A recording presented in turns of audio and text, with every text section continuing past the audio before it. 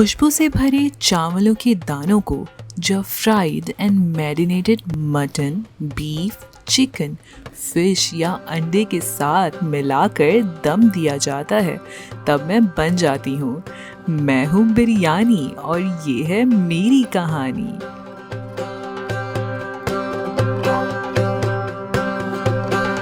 बिरयानी चावल और गोश्त की एक ऐसी डिश है जिसमें खास तौर पर आला किस्म के चावल और गोश्त के साथ मुख्तलिफ रिवायती मसालों का इस्तेमाल किया जाता है। इसे मुख्तलिफ जगहों और घरानों में पकाने के तौर तरीके अलग होते हैं।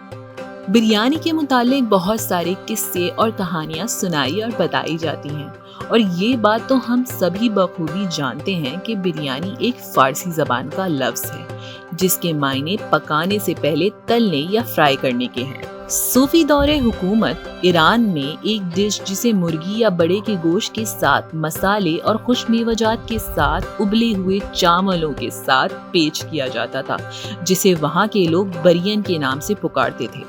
तो ये बात बोलना गलत तो नहीं होगा कि शायद वाक़ियन बिरयानी ईरान से सफ़र कर कर हिंदुस्तान आई थी, और आज जो हम बिरयानी खा रहे हैं इसे हिंदुस्तान में मुगल वक्तों में तैयार किया गया था।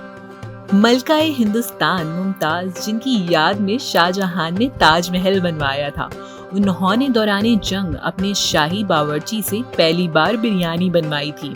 बिरयानी उस वक्त भी एक रॉयल डिश मानी जाती थी और आज ईद बकरीद पर इसे वही शान हासिल है।